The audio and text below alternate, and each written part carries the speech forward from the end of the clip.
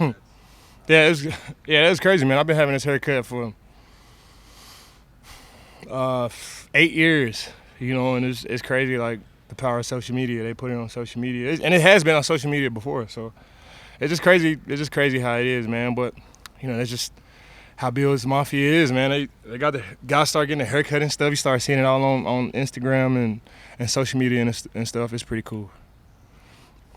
How comfortable did you feel playing out there with new teammates? It seemed like you've been playing with this defense, for years, the way you was out there Thursday night. I've had a lot of time to gel with these guys, OTAs, training camp, going into my 12th year in the league, and, countless defensive coordinators and, head coaches and schemes. And on top of that, I'm a student of the game. I watch all the pass rushers. I watch all the defenses around the league.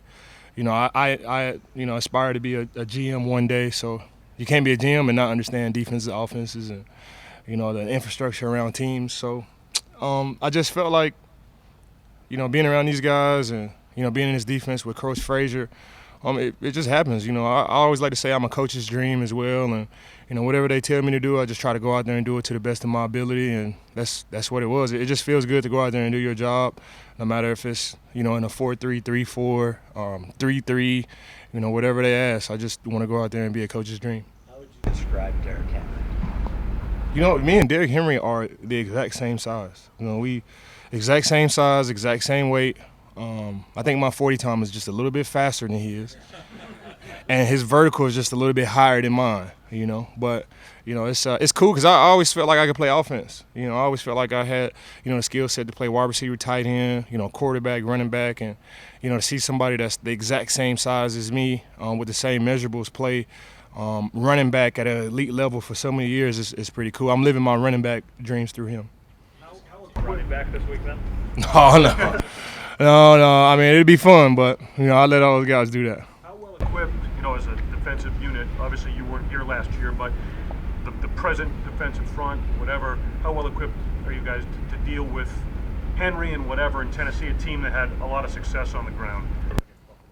I don't know. I mean, this league is just so crazy. You can't really go off of past success and bring that into a game.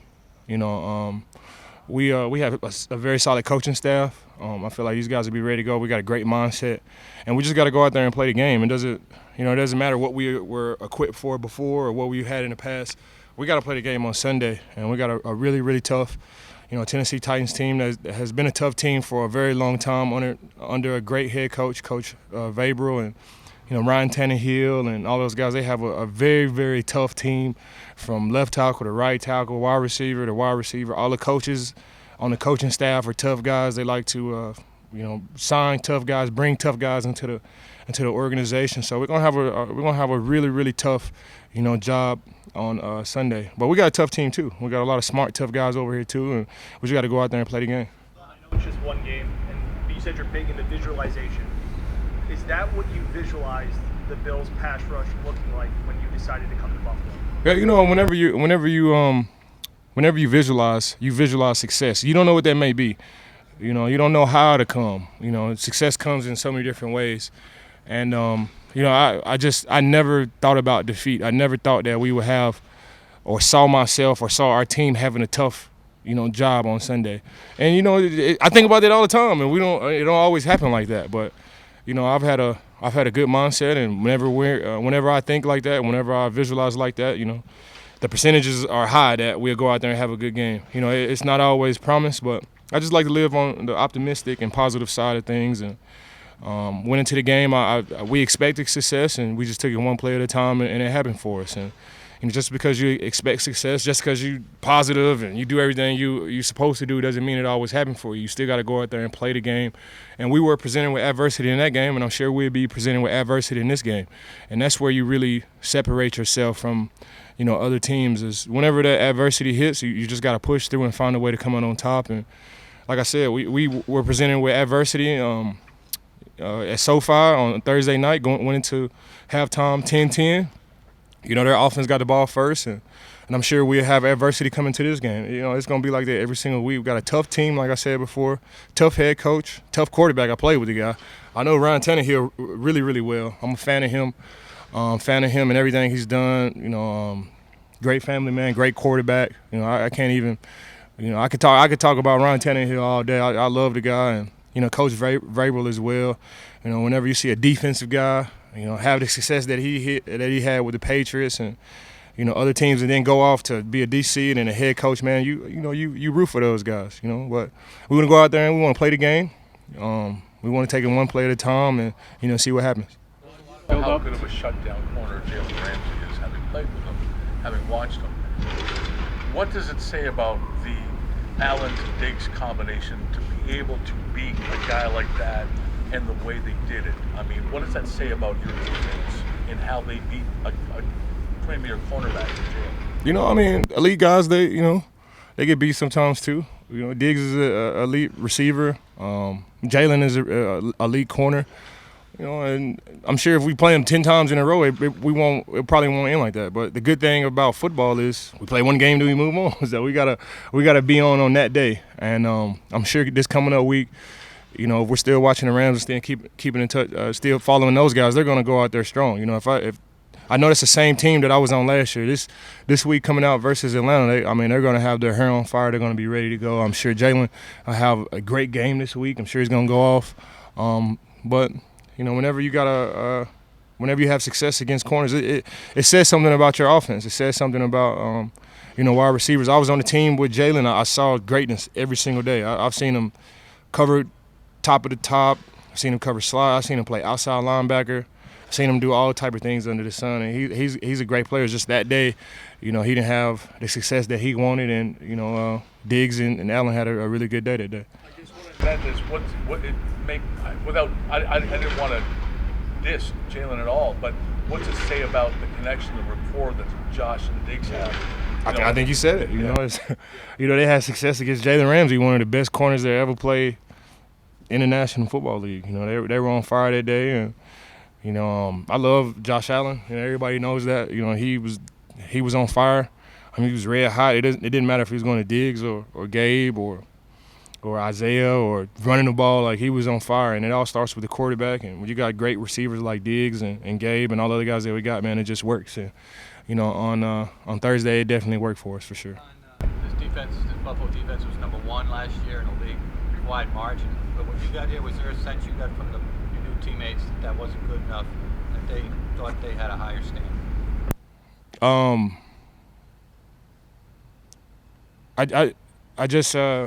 We were number 1 last year, and that was last year. You want to come in here and they laid the foundation. They had this great defense, Coach Frazier, Coach Washington, all the captains on this team, and they played very, very good defense last year, and you want to roll that type of success over to the next season. It doesn't always happen like that, but you want to roll that type of success over to the next season, and we got off to a great start for sure. What do you remember about those A&M days with Ryan, especially when they moved from receiver to quarterback?